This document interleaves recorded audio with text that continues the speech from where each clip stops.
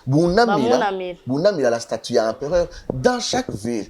Urumva ko akisubishwe mu binjira vya mbere kuri Kigahozi balance izo proteste gusenga ikindi kintu kitari Imana atari Yesu Kristo umwami n'umucunguzi wawe. Alors je trouve que twakuze mu gihe ciza twakuze mu gihe cyo yalo droit gusenga Imana ushaka gusengera aho ushaka gusenga umwanya ushaka en plus mu gihugu kitwemerera gusenga ego un état laïque ego Mana ari nziza. Ok, donc le 31 harageze octobre. Ego le 31. Hazoba fête. Aba protesta tuzofete. Alors la 31 octobre ko nayivuze ni tariki yafashwe nka tariki ya le protestantisme kubera niho Martin Luther ya défié l'église catholique à la manicale dans synthèse kuri kaminuza ya Wittenberg kugira ngo abantu bose bashobore kwitegereza ivyo ariko aragerageza gusigura par rapport à l'église catholique. Kuva ico gihe abantu bafata iyo date nka date ya reforme. So kwisi yose barafeta bakaja hamwe bakiyibutsa les origines za le mouvement protestant. Alors hano mu Burundi turafise je twateguye twanabikora chaque année d'ailleurs par ailleurs.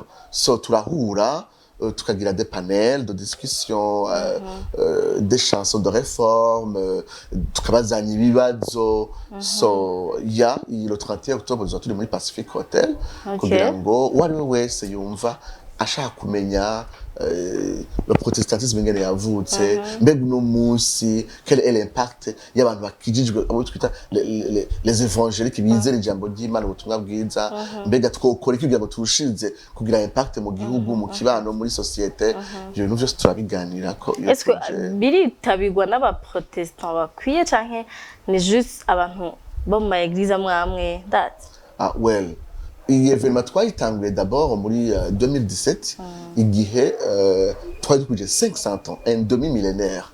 Ico gihe twakorana n'ishengero n'umuntu yitwa Pasteur Florentin on yitwa Asher asanzwe ari mu conférencier. Ico gihe twabiteguranye hamwe turi batatu et puis on a impliqué plusieurs églises. Ababishoboye bose barashoboye kuza turagira ico gihe twakora iminsi 3. C'était ibihe vyiza ego hanyuma par après jewe nacinda bibandanya muri contexte y'aba jeune ko aba jeune bakunda kwinforma kumenya chatutanga ibintu byita ama salons littéraires. Les salons littéraires zo kuva kera abantu barahurira ahantu pour échanger les idées.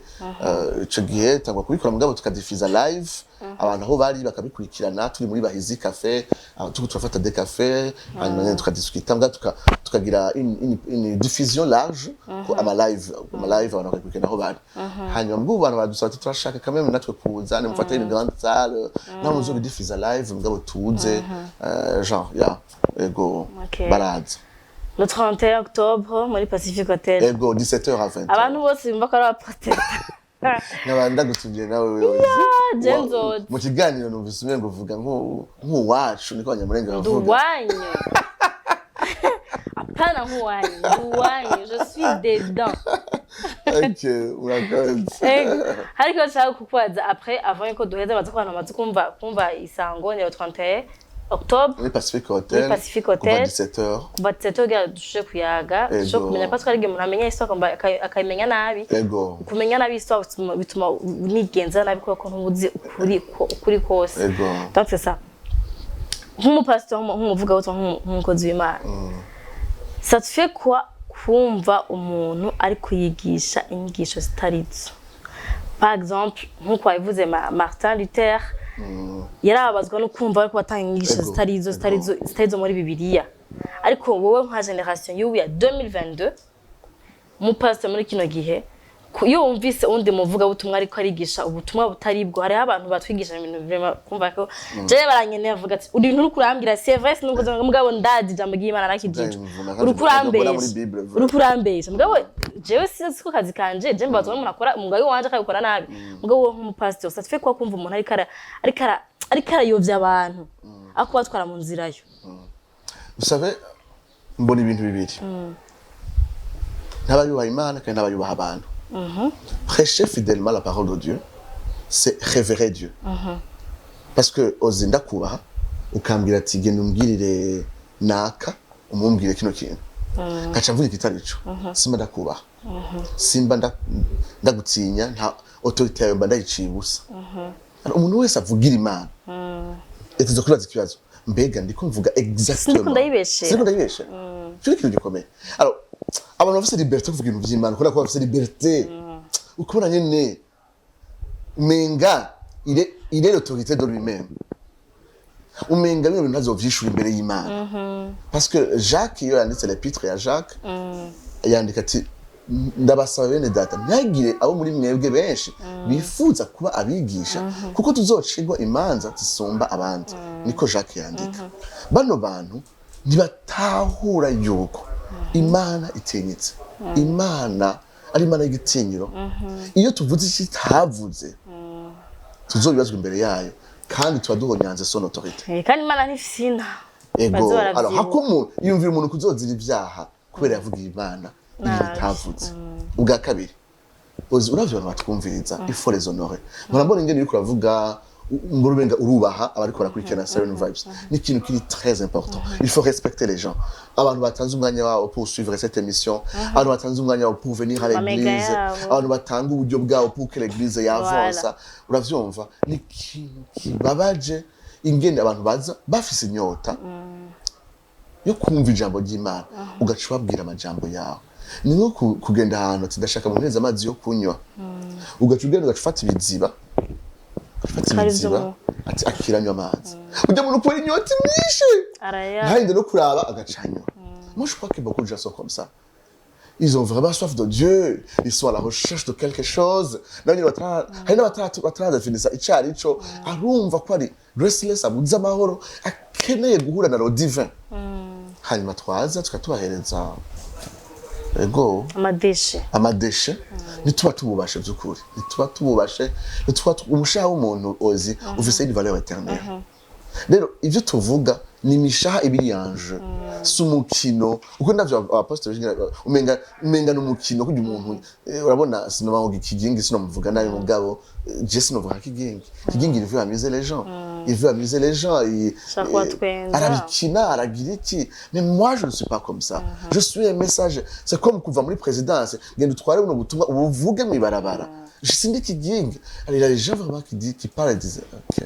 vya kweli arumva ko ari umessager w'Imana arumva ko bano bantu imishahara ariko arabwira ifise une valeur éternelle alors jewe numva ko ari ibintu bibiri bimbabaza imishahara abantu tuba tububashe n'Imana tuba tuyubaha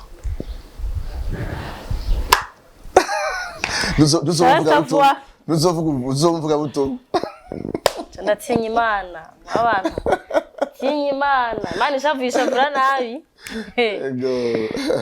ça reste ku bantu bumva ubutumwa bw'Imana nibaza ko byo baranyigishije ko umuntu c'est vrai afise umurongozi mugabo aussi Imana yamuhaye conscience faut que juger est-ce que umuntu akubwiye kuri ko nawe usumije amagi Imana ukijijwe cyangwa ari karakubesha nta manye niri aveugle gukurikira kubera benshi bakurikira gutyo nyene nabo nyene bari responsable sinovuga nyene abatwego nizo nyigisho d'abord Bible yavuga ko mu gihe ciherezo abantu bazokwifuza kumviriza ibihwanye n'ivyo barabo nyene bifuza usi biragoye kumenya umuvugishwa w'ibinyoma ko bose umenga Imana niwe yatumye effectivement cyangwa ngo umuntu ngo navugishijwe ngo ibi ni okay yabivugishijwe we byakira ntibakane gushaka gusanga ari ivyo mugabo yungurura ego mbwa abantu bararenza barakurikira aveuglement mu Burundi je crois que hariyo une culture yuko ikintu cyose twekera mu Burundi ntiwavuguruza l'autorité était sacrée l'autorité du mwami l'autorité y'umuganwa